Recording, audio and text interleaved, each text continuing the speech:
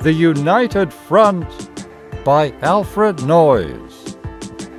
Thus only should it come, if come it must, not with a riot of flags or a mob-born cry, but with a noble faith, a conscience high and pure and proud as heaven, wherein we trust.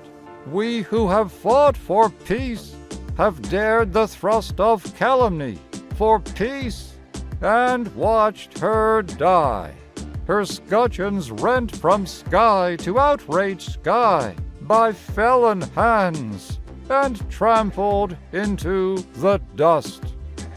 We fought for peace, and we have seen the law cancelled, not once nor twice, by felon hands, but shattered again, again, and yet again.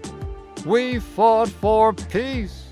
Now in God's name we draw the sword, not with a riot of flags and bands, but silence and a mustering of men.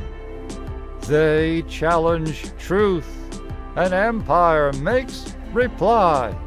One faith, one flag, one honor, and one might.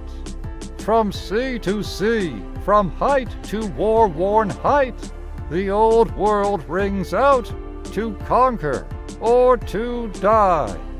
And we shall conquer, though their eagles fly through heaven.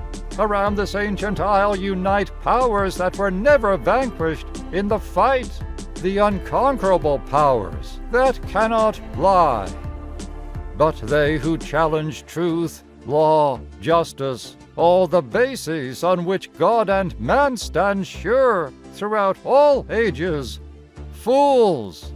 They thought us torn so far with discord that the blow might fall unanswered. And while all those powers endure, this is our answer: unity and scorn. We trust not in the multitude of an host. Nations that greatly builded, greatly stand. In those dark hours, the splendor of a hand has moved behind the darkness, till that coast where hate and faction seemed to triumph most reveals itself, a buckler and a brand, our rough-hewn work shining o'er sea and land, but shaped to nobler ends than man could boast. It is God's answer, though for many a year this land forgot the faith that made her great.